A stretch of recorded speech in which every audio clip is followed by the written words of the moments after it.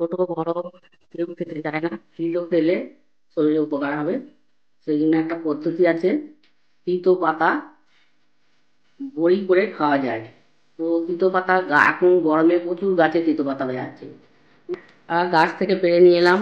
নিয়ে এসে এগুলো ভালো করে বেছে ছুঁড়ে ধুয়ে নিতে হবে।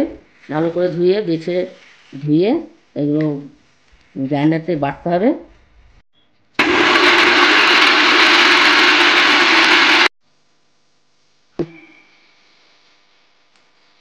এবার এটা এবার নিম পাতাটা বাটিতে ঢেলে নিলাম।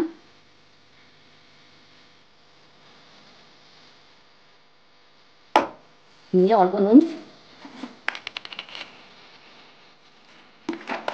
অল্প হলুদ দিলাম।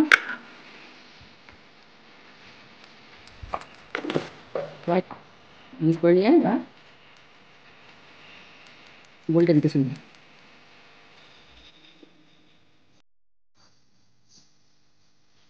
দিয়ে শুকিয়ে নিতে হবে। শুকিয়ে নেওয়ার পর বড় কিংবা বাচ্চারা একটা করে সকালে খালি পেটে জল গালে দিয়ে জল দিয়ে খেয়ে নিতে হবে। খেয়ে নিলে